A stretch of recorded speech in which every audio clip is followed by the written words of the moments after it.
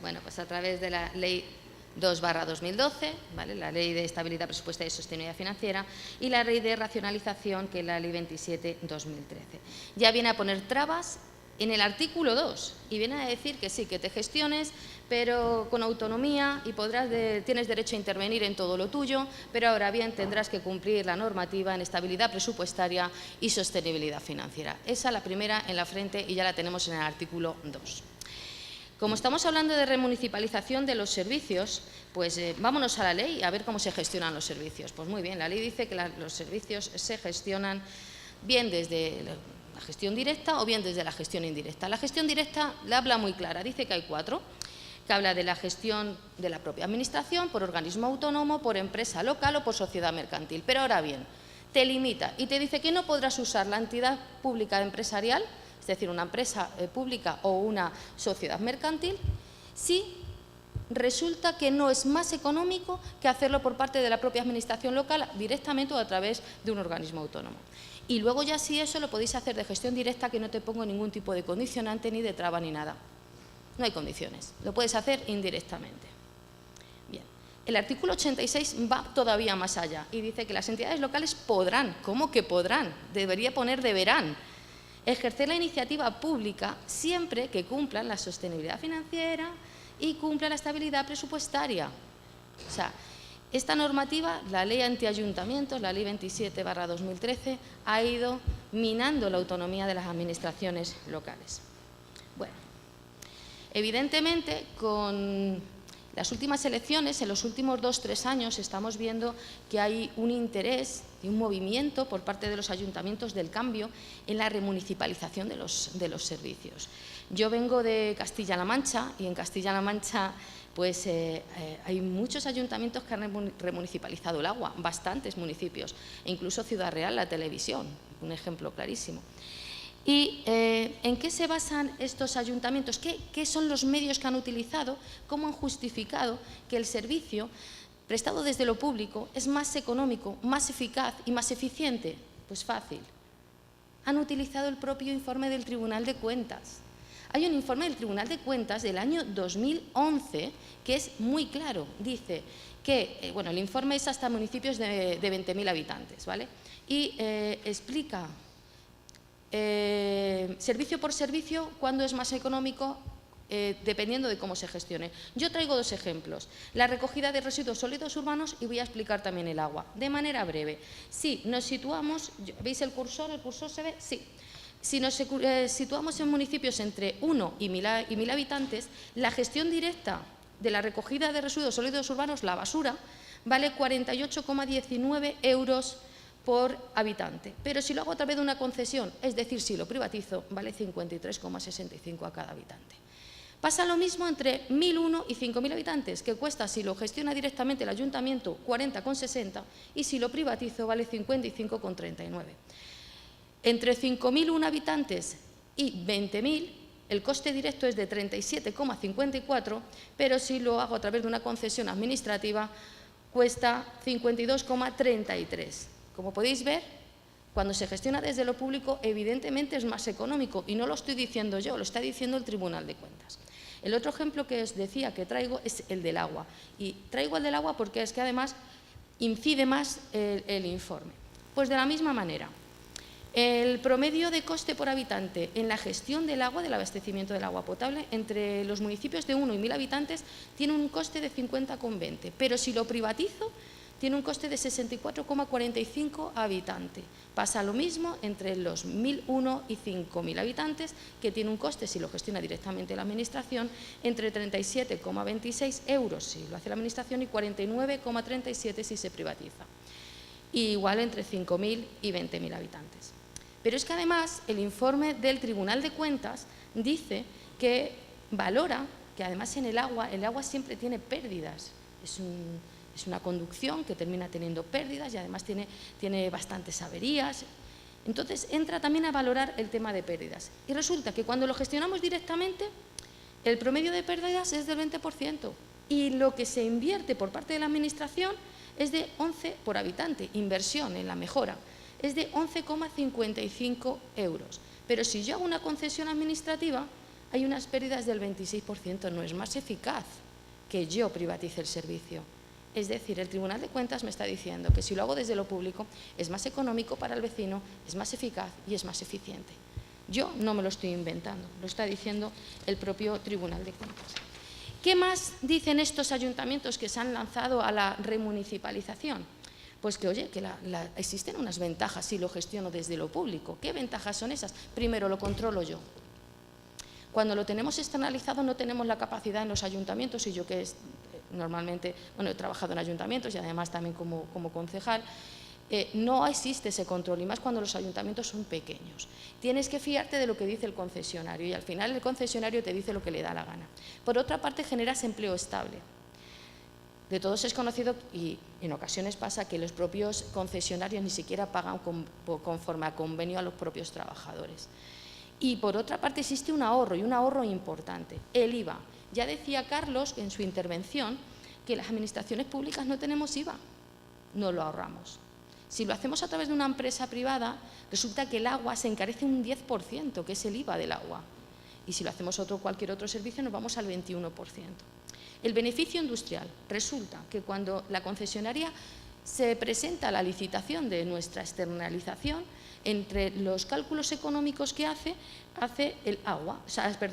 el beneficio industrial. Otra parte que vamos a repercutir en los vecinos o al ayuntamiento, dependiendo de si es una tasa que haya que pagarle el vecino o lo tiene que pagar directamente el ayuntamiento. El impuesto de sociedades. Las administraciones públicas también están exentas del impuesto de sociedades, totalmente exentas.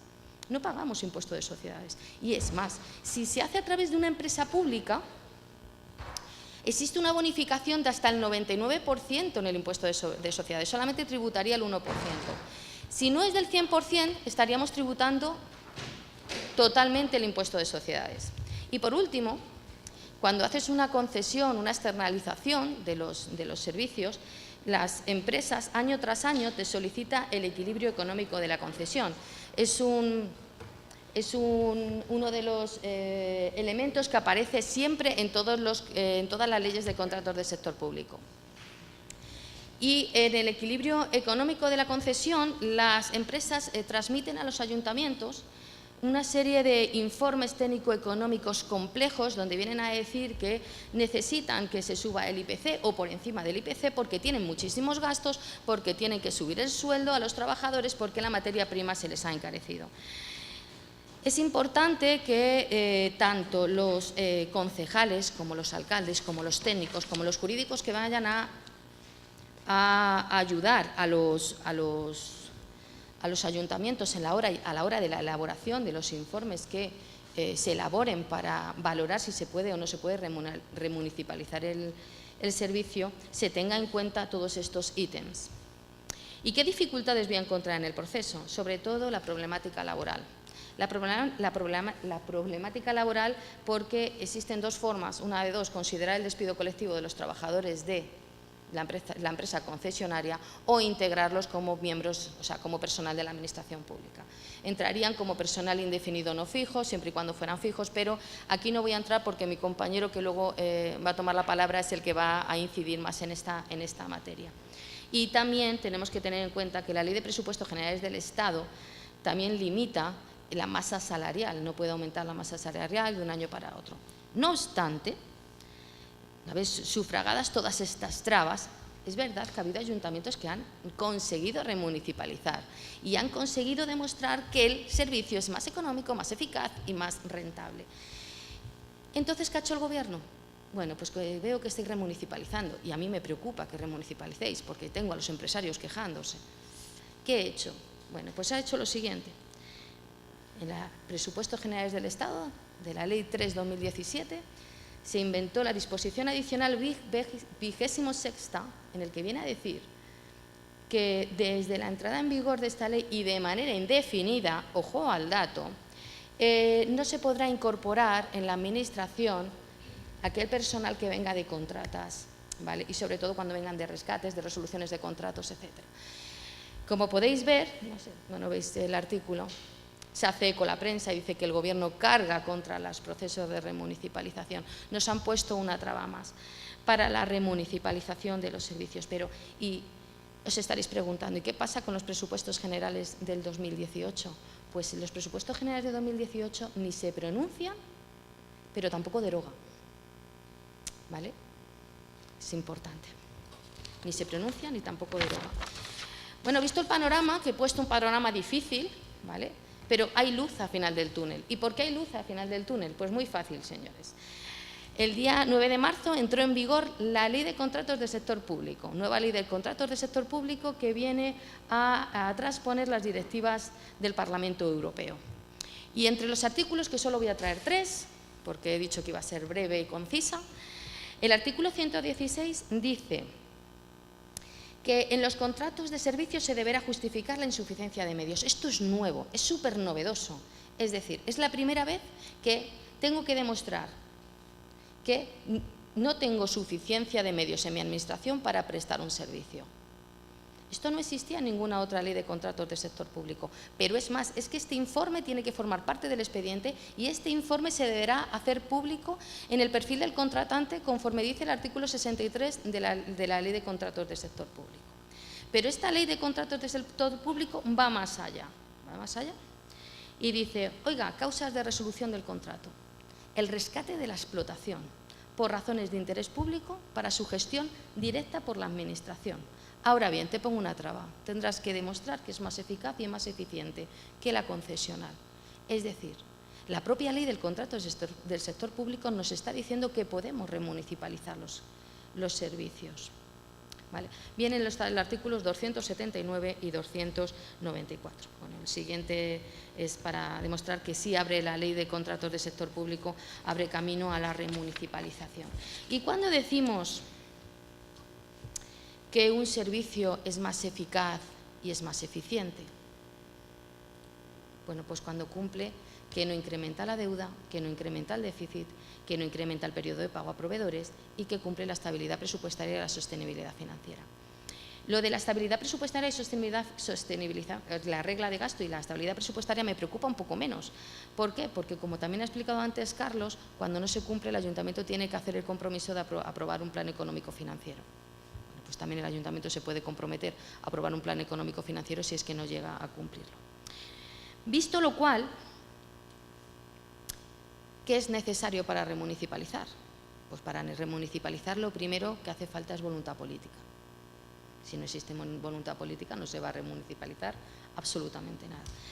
Hace falta compromiso por parte de los dirigentes, de los alcaldes, de los concejales hacia sus vecinos para prestarles un servicio con mejor calidad, para ofrecer un servicio más económico, más eficaz y más eficiente. Y como estamos en el foro de jurídicos y juristas, pues no podemos seguir olvidando, y por eso traigo como última ficha otra vez el ahorro que supone, por si ustedes tienen que asesorar a algún alcalde, algún concejal en la materia. Por regla general, los secretarios, los interventores no vienen a tener en cuenta el ahorro en el IVA, no vienen a tener en cuenta que año tras año la concesión se va encareciendo con el equilibrio económico de la concesión. No tienen en cuenta de que las administraciones públicas están exentas del impuesto sobre sociedades y no tienen en cuenta que estas empresas vienen a ganar dinero a través de beneficio industrial. Y como he prometido, he sido muy breve. Muchas gracias.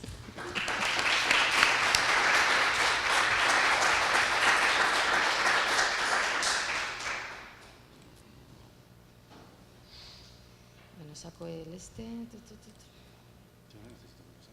Ah, da igual, ya está. Me cambio allí.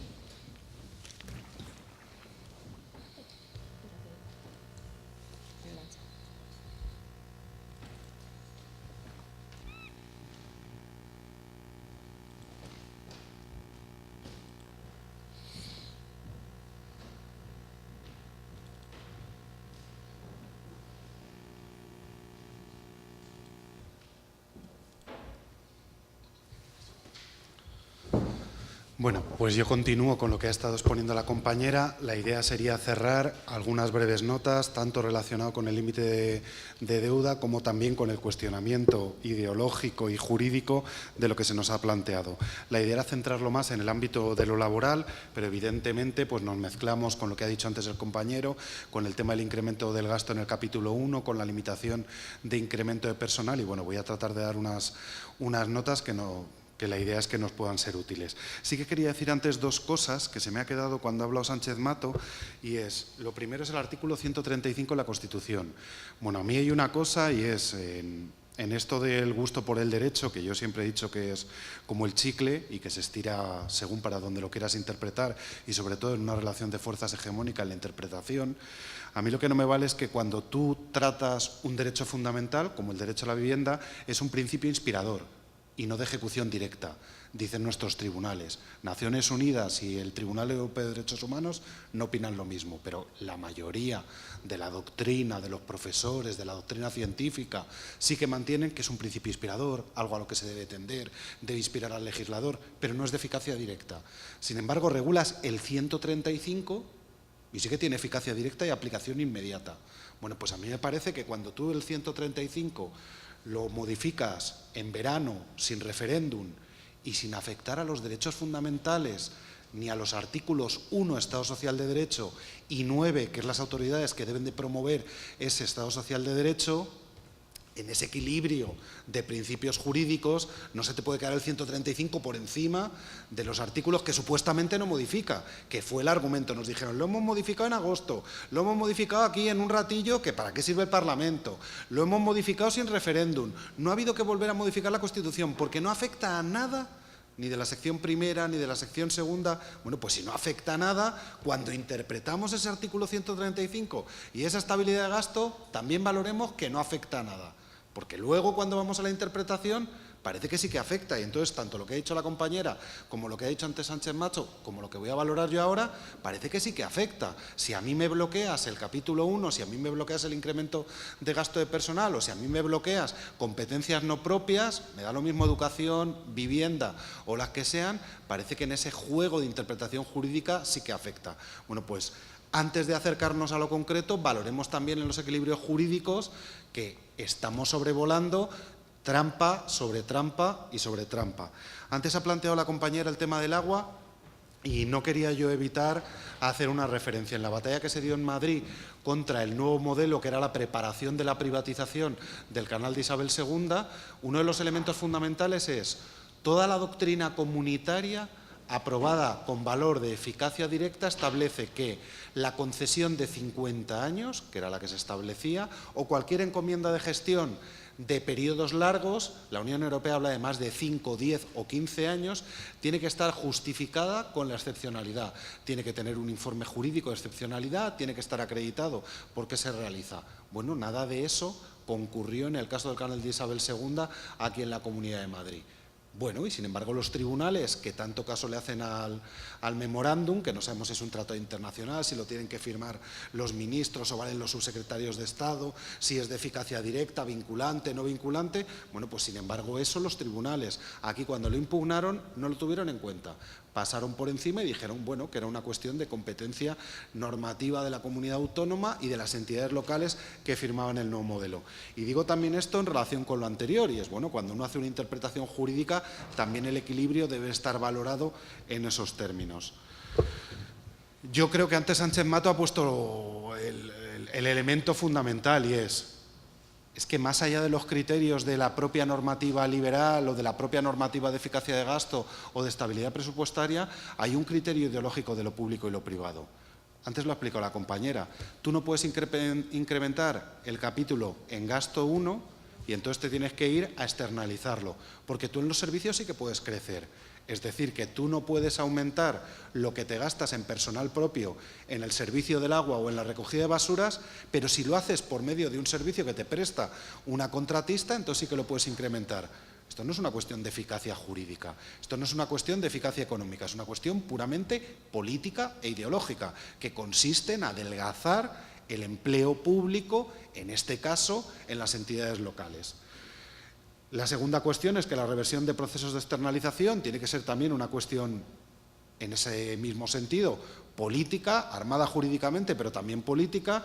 Me uniré y luego trataré breves pinceladas de lo que supone el empleo público, de estabilidad, de mejores condiciones, de no ligar el futuro de los trabajadores a la incierta concesión que en realidad para los que somos laboralistas lo que viene a completar es que el riesgo y ventura empresarial lo asumen los trabajadores, que si tienen la suerte de la subrogación irán pasando de contrata en contrata y si no, cuando se acabe la contrata pues verán finalizado su contrato de trabajo pese a que la necesidad de empleo siga siendo permanente. Un elemento que no puede ser ajeno es el de la lucha contra la corrupción. Todos los procesos de corrupción están ligados a procesos de adjudicación y de procesos de externalización, en los que se produce un cierre de círculo de te transfiero beneficio, te transfiero actividad y en consecuencia hay un retorno en vía de corrupción, tanto de cara al Partido Popular en las redes que todos y todas conocemos, me da lo mismo Gürtel, me da lo mismo Púnica, que en lo que supone de clientelismo por parte de las empresas que en definitiva defienden su negocio. Y luego estaría también la cuestión ideológica que antes he señalado respecto al tema de los gastos.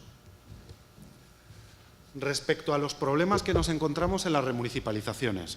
Bueno, el primero es el de la limitación de las dotaciones a nuevas plazas de empleo público, ligado a las leyes de presupuestos, pero no solo, como antes se comentaba, hay determinadas disposiciones de carácter global. Entonces se establece una limitación en la tasa de reposición, cuántos trabajadores pueden ser repuestos, se establecen limitaciones a la cobertura de plazas vacantes, cuántas plazas vacantes puedo cubrir y no, evidentemente lo que ya hemos hablado antes del crecimiento del capítulo 1 presupuestario y luego se establecen determinados procesos de privatización en los que se deriva por estas limitaciones a lo que son fenómenos encubiertos. Y aquí viene una de las primeras cuestiones relacionadas con lo que antes ha dicho la compañera, y es la disposición adicional de la Ley de Presupuestos del 2017, lo que viene a decir es que no se puede incrementar empleo. Pero se abren dos dudas, y es, ¿eso supone que las resoluciones judiciales de los trabajadores y las trabajadoras no van a poder imponer eso? Es decir, yo estoy en un supuesto de cesión ilegal, a mí me despiden en un despido colectivo o individual, o soy indefinido que no fijo, en esta situación que el EBEP terminó legalizando, o me encuentro en un supuesto de cesión ilegal, es decir, algo muy habitual. Yo soy un trabajador que está contratado por una contrata y estoy con los elementos típicos. Recibo órdenes directas de la entidad local, estoy mezclado con personal de la entidad local y en consecuencia estoy en una situación de cesión ilegal. Esos trabajadores y trabajadoras no tienen amparo jurídico, porque esa disposición adicional que va a blindar también va a reventar la tutela judicial efectiva. Bueno, pues parece que en principio esos procesos, tanto en lo colectivo como de sucesión de empresas, como en lo individual, parece que en principio deberían de permitir que eso se produzca. Está por ver qué juego nos van a dar los tribunales, pero yo soy de los que piensa que evidentemente esos derechos de los trabajadores y las trabajadoras tienen que estar por encima de una cláusula que no deja de ser de carácter general y, esto sí que creo, inspiradora de la actividad corporativa local. Lo que antes señalaba, estos son los capítulos que tienen los municipios, el capítulo 1, que es el que está bloqueado de gasto, es el de personal y luego hay otros en los que no se produce ese bloqueo y en consecuencia lo que te están de una manera claramente ideológica y en nada ligado a la estabilidad presupuestaria ni a la eficiencia económica es derivando a el tema de la externalización. La primera bronca cuando nos encontramos es el tema de la sucesión de empresas. Bueno, pues es evidente. ¿Qué ocurre con los trabajadores y trabajadoras que ya se encuentran prestando esa actividad por medio de una contrata? Bueno, pues hay un debate jurídico bastante importante. En principio, nuestro Tribunal Supremo es, por decirlo en suave, poco proclive a considerar la sucesión de empresas en los casos de contratas y subcontratas. Hay alguna sentencia marginal que sí que lo establece, pero básicamente daría tres líneas que serían, uno, el supuesto claro del artículo 44, y es cuando hay transmisión de elementos patrimoniales, es decir, la contrata de una a otra, o cuando tú recuperas o cuando tú externalizas en cualquiera de los procesos, hay una transmisión de elementos patrimoniales y en consecuencia ahí sí se produce la sucesión de plantilla del artículo 44 de forma directa. Hay un segundo supuesto que parecería también relativamente claro, que es el de la sucesión por plantilla. Ahora explico por qué se daría una nota más compleja. Y estaría un tercero de los elementos, que es cuando el convenio colectivo aplicable establece que se tiene que producir la sucesión. Voy a saltar. Hay una sentencia, 27 de febrero de 2018, el Tribunal Supremo, que analiza un tema de, y ahí lo veis, analiza un tema de si se produce sucesión de empleo o no entre una contrata que es una empresa mixta del propio ayuntamiento. Y con esto explico lo que venía a decir del artículo 44. El Tribunal Supremo hace una interpretación restrictiva de la sucesión de empresas cuando lo establece el convenio colectivo, diciendo lo siguiente: si es un tercero, no se le aplica. Es decir, yo soy una empresa de limpiezas, sucedo a la anterior empresa de limpiezas y me subrogo en la plantilla si así lo establece el convenio colectivo. Sin embargo, si soy la corporación local, lo que viene a decir el Tribunal Supremo es: entonces no se aplica porque usted es un tercero ajeno a ese convenio colectivo de limpiezas. Usted no es una empresa sometida al convenio de limpiezas y lo que establece la directiva que obliga a la sucesión de empresas es que es para sucesión de empresas, y esto no proviene de esa directiva sino del convenio colectivo. En consecuencia, como no es sucesión del artículo 44 sino del convenio colectivo, a usted no le afecta, que es un tercero. Bueno, aquí creo que hay una interpretación bastante interesante, porque lo que viene a decir el Tribunal Supremo es: oiga, ustedes no pueden ser terceros, porque si usted es parte de esa sociedad vehicular que está realizando el servicio, ya no es un tercero. Y cuento esto porque se empieza a abrir, por decirlo de alguna manera, el abanico. Si en un principio hubiéramos hecho un análisis cerrado, hubiéramos dicho, bueno, no hay sucesión porque el ayuntamiento en principio es un tercero. Bueno, pues aquí el Tribunal Supremo fuerza esa definición diciendo: oiga, en la medida en que usted está vinculado con esa sociedad vehicular para la prestación de servicios, ya no es un tercero. Vuelvo a lo que estábamos diciendo antes. Esto respecto a la sucesión de empresas, artículo 44, subrogación pura y convenio colectivo aplicable. Y otro de los elementos, en relación con lo anterior, es el tema de las empresas adjudicatarias. Ya digo que nuestro Tribunal Supremo es bastante más restrictivo o de aplicación más selectiva que lo que sería el Tribunal de Justicia de la Unión Europea. Cito ahí la sentencia de 26 de noviembre de 2015 del Tribunal de Justicia de la Unión Europea, en la que se analiza un cambio de contratas en ADIF. En principio, nuestro Tribunal Supremo lo que viene a decir es: si hay transmisión de elementos patrimoniales, hay una sucesión de empresas; si no hay transmisión de elementos patrimoniales, no hay transmisión de empresas. Esto nos lleva a una situación problemática, porque la mayoría de las veces las contratas, el único elemento patrimonial duro es la propia plantilla que realiza esa actividad. Aquí solo nos quedaría una posible alternativa, y es: si esa corporación local contrata de forma masiva a esos trabajadores, sí que se produciría una sucesión de plantilla. Pero ahí nos saltaría el límite de que usted está incrementando esa plantilla que no puedo como límite a la corporación local. Bueno, yo creo que hay la posibilidad de forzar esa sucesión de empresas en la sucesión de contratas, porque el Tribunal de Justicia de la Unión Europea, ya digo, en esta sentencia de 2015, que todavía no tiene una, por decirlo de alguna manera, recepción clara por nuestro Tribunal Supremo, yo sí que creo que abre el margen para ese debate que se viene produciendo de una u otra manera de qué pasa cuando hay sucesión de contratas y es solo la plantilla el único elemento que como tal conforma la prestación, se pueda aplicar esa sucesión de empresas. Y si hay sucesión de empresas, tú te ves obligado por vía del artículo 44 y en principio no tendrías la limitación de la disposición adicional 26ª de la Ley de Presupuestos de 2017, porque estás obligado por Ministerio de la Ley. Yo me veo obligado a la sucesión de esta plantilla. Hay otro elemento que tú sí que como entidad local puedes gestionar, y es el tema de la gestión o no, o el traspaso de infraestructura. El artículo 44 y la sucesión de empresas, que tiene un marco de directiva comunitaria, digamos que es un proceso garantista para los trabajadores y las trabajadoras. Y la base es: si va pasando de empresa que prestan la misma actividad, que usted no se vea sometido a que su relación laboral termina con las diferentes contratas, sino que mientras la actividad se va prestando, usted tiene la garantía de protección por cambio de empresario y, en consecuencia, usted se mantiene en subrogación o sucesión de empresas en su misma relación laboral. Esa es, digamos, la institución jurídica de la sucesión de empresas del artículo 44 y de la directiva aplicable. Como lo que se plantea es: si no hay transmisión de elementos patrimoniales, yo no considero que se ha producido esa sucesión, con los matices que antes he dicho, bueno, pues generemos esa situación en la que hay transmisión de elementos patrimoniales. Es verdad que hay en determinados elementos que es muy difícil articular porque lo único que hay, no sé, por poner ejemplos, prestando atención telefónica en una corporación local, pues evidentemente lo normal es que solo haya telefonistas y telefonistas. Quiero decir, solo va a haber personal atendiendo contact center, pero tú sí que puedes dirigir si se produce o no transmisión de elementos patrimoniales, tanto cuando externalizas como cuando recuperas.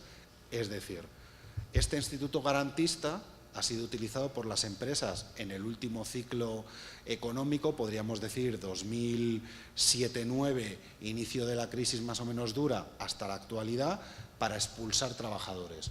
Yo soy una empresa consolidada, ejemplo, Diario El País, y quiero trocear mi actividad porque no me interesa una empresa con 2.500 trabajadores. Entonces, de El País genero El País Imprenta, El País los que realizan el periódico como tal en la labor pura de periodista, El País Anuncios, etcétera. Y es como el artículo 44, la subrogación es obligatoria tanto para el empresario como para los trabajadores, expulso a los trabajadores del núcleo inicial de la empresa. Pues bien, aquí las empresas juegan con, si quiero que haya sucesión de empresas, transmito elementos patrimoniales y si no, no.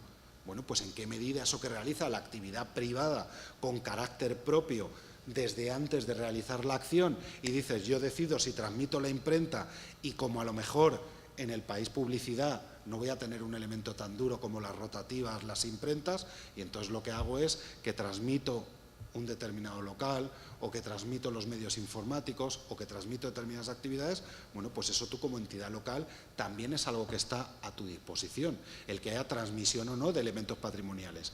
Creo que no es un fraude a la ley, creo que tú realizas esa transmisión de la actividad adquiriendo o no los elementos patrimoniales, son ajenos al capítulo 1 y te vinculan por normativa con rango de ley directamente aplicable como es la sucesión de empresas.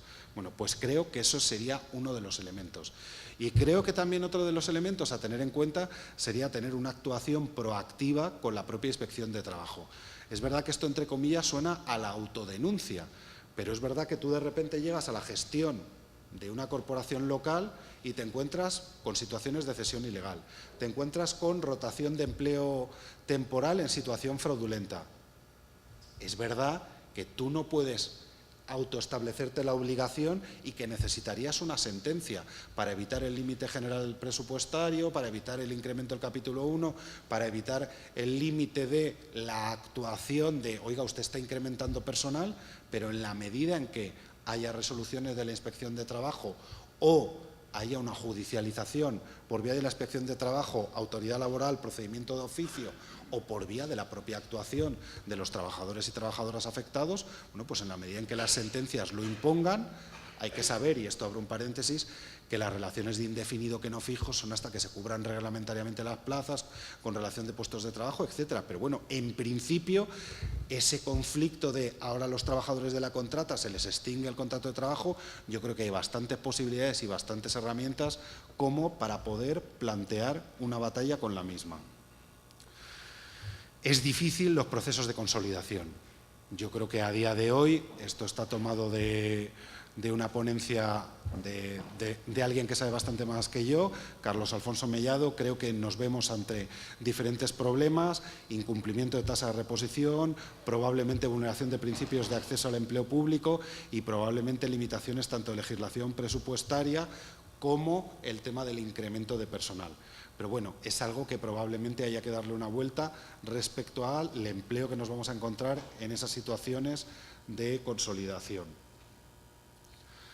Hay que valorar uno de los elementos, y es que lo que ha establecido el Tribunal de Justicia de la Unión Europea en estas sentencias que se han hecho famosas de Diego Porras, etcétera, es establecer que el empleo permanente debe ser cubierto con empleo permanente, es decir, si la actividad es permanente, se produce con carácter continuado, no puede ser cubierto con empleo temporal. Bueno, pues pese a las limitaciones que tenemos fuera del ámbito de lo laboral, este es un principio que en principio debería vehicular nuestra actuación.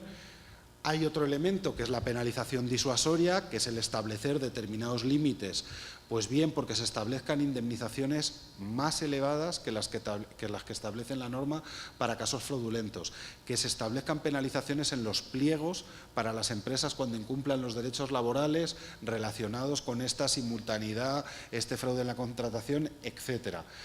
E incluso el establecimiento de límites que en principio vendrían también porque provienen de una sentencia, como por ejemplo el tema de que la corporación local, ante supuesto de improcedencia, tenga que acudir a la readmisión. Bueno, pues en principio aquí has pasado por un procedimiento judicial, te han declarado una extinción improcedente y luego lo que aplicas es una normativa que con carácter convencional tienes establecida y te autoimpones tú, que es el que tú tienes que acudir en vez de a la indemnización a la readmisión. Bueno, pues en principio podríamos ir desarrollando esas vías. Y luego estaría lo que aquí aparece como sistema de acceso flexibles, que sería que en esos procesos de concurso, cuando cubras la plaza reglamentariamente, bueno, el Constitucional más o menos ha establecido determinados parámetros para valorar experiencia, para valorar méritos, para declarar que se cumplen los principios de igualdad, mérito y capacidad, bueno, pues establecer en los concursos esas valoraciones de méritos, de la experiencia ya realizada, establecer las puntuaciones, bueno, pues probablemente tengamos un límite que no pudiera superar el 40%, que es más o menos en lo que el Tribunal Constitucional ha fijado esas valoraciones para los procesos de concurso respecto al desarrollo anterior, etcétera. Pero bueno, son vías en las que también podemos ir avanzando. Los límites de gasto, voy a ir un poco para adelante. Todos estos son sentencias de lo contencioso administrativo que fundamentalmente vienen a tumbar planes municipales en los que o bien se establecían incrementos salariales vinculados a pluses, complementos o cualquier tipo de estratagema para saltarse los límites del 1% o límites similares, o también el establecimiento de recuperación de poder adquisitivo. Bueno, pues finalmente las delegaciones de gobierno, que algunos y algunas probablemente se han encontrado con ello, los recurren en vía contencioso administrativa y estas son todas sentencias que vienen a confirmar que el límite de los presupuestos generales te lo aplican. Luego esto, si queréis, os lo enviamos por correo electrónico. Pero sí que me gustaba esta sentencia porque yo creo que es bastante preclara de un poco en el escenario en el que jugamos. Hay dos de la misma fecha, las dos van sobre lo mismo, sentencia TSJ del País Vasco de la Sala Contenciosa Administrativa, 8 de junio de 2017. Bueno, se establece un incremento en el que, vinculado al límite del 2016 del 1% de incremento para el personal al servicio de las administraciones, se establecía lo que aquí aparece.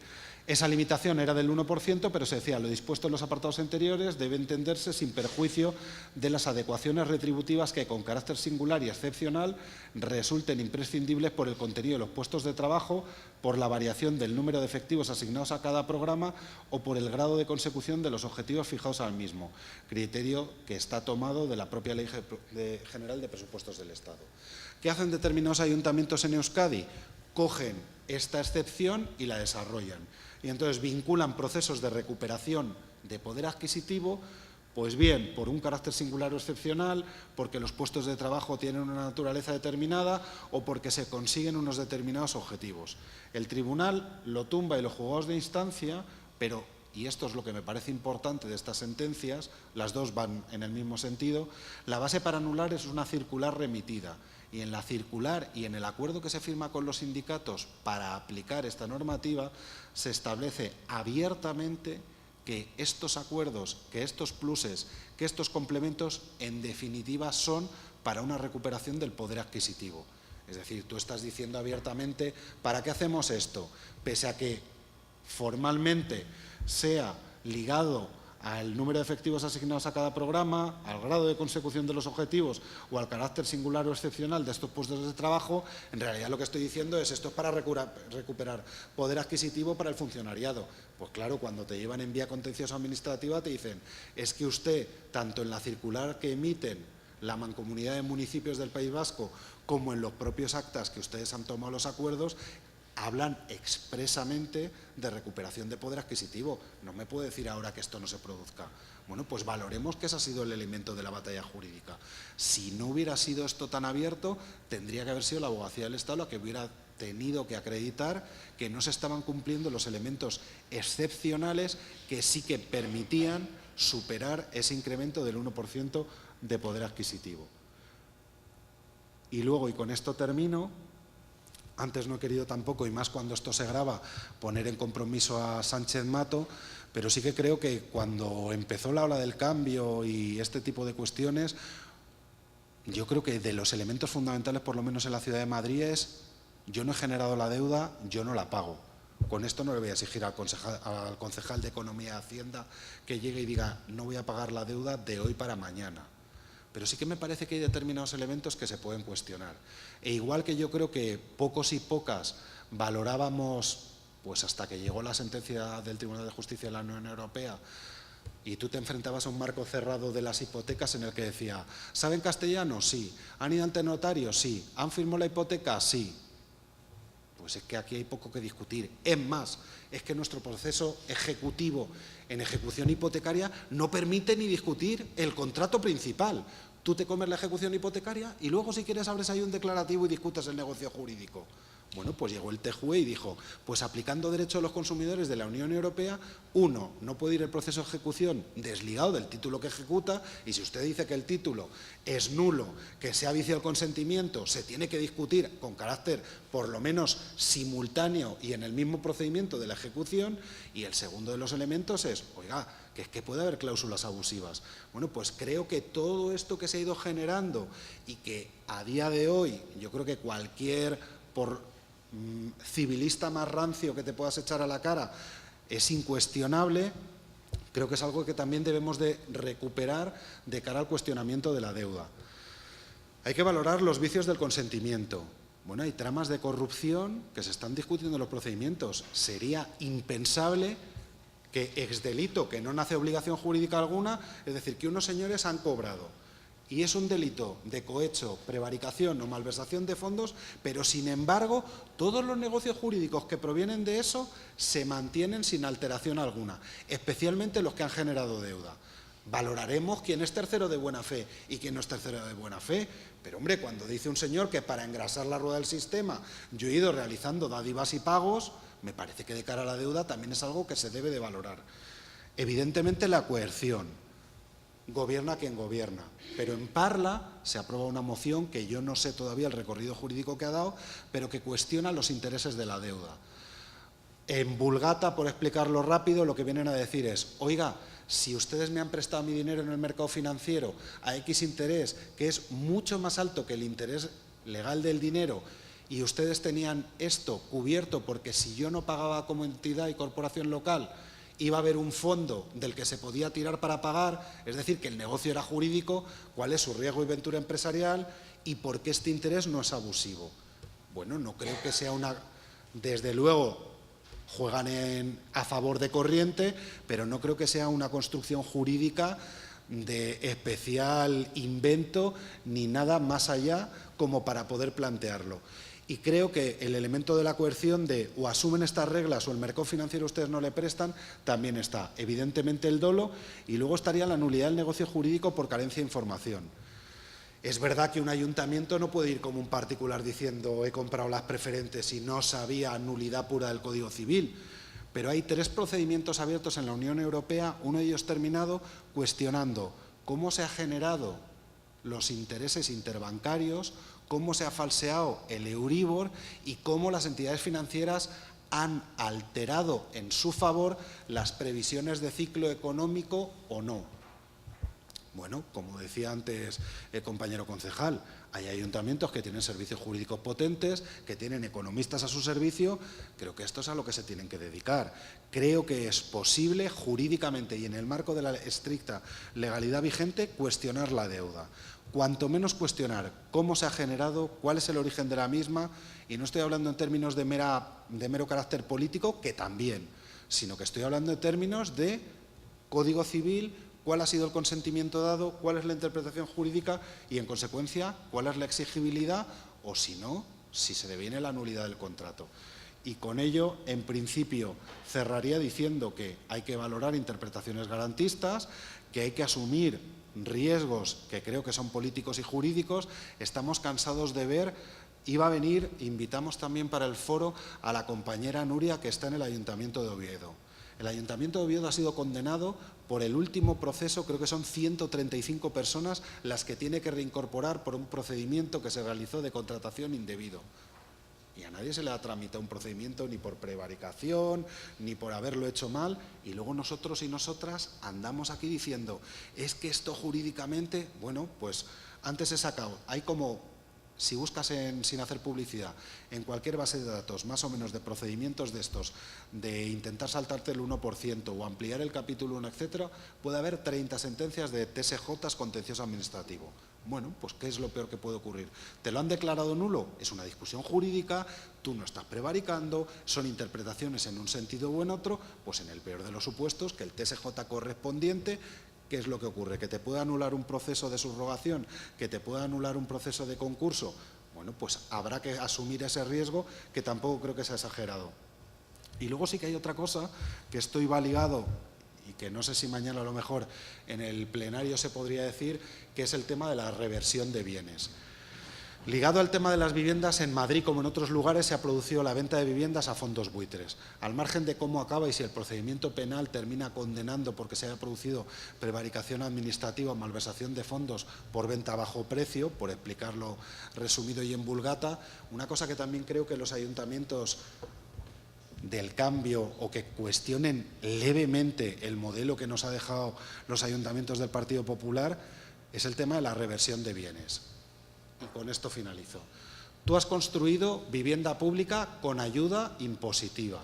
Tú has construido vivienda pública en muchos lugares en suelo público. Y todo esto, ¿por qué lo has hecho? Porque era vivienda pública destinada a favorecer y a luchar contra la especulación y a defender el derecho a la vivienda. Ahora, por mera estabilidad presupuestaria, es decir, por hacer caja y sanear los ejercicios contables, has acudido a la venta de este patrimonio inmobiliario para fondos buitres. Bueno, y la posibilidad de revertir, igual que cualquier particular que se haya visto expropiado de unos bienes y que ahora plantea, oiga, una vez que quita usted la función social, oiga, esto usted me lo expropiaron con una determinada vinculación y con unos determinados requisitos. Bueno, pues yo creo que es algo que los ayuntamientos también se tienen que empezar a plantear. Oiga, si el IBIM ha vendido estas viviendas a determinados fondos de inversión y yo puse el suelo para hacer vivienda pública, o sigue siendo vivienda pública o vamos a revertir el suelo público que yo puse con una determinada finalidad. Y bueno, pues esperando haber sido útil y no haberos cansado a estas horas, agradeceros la atención.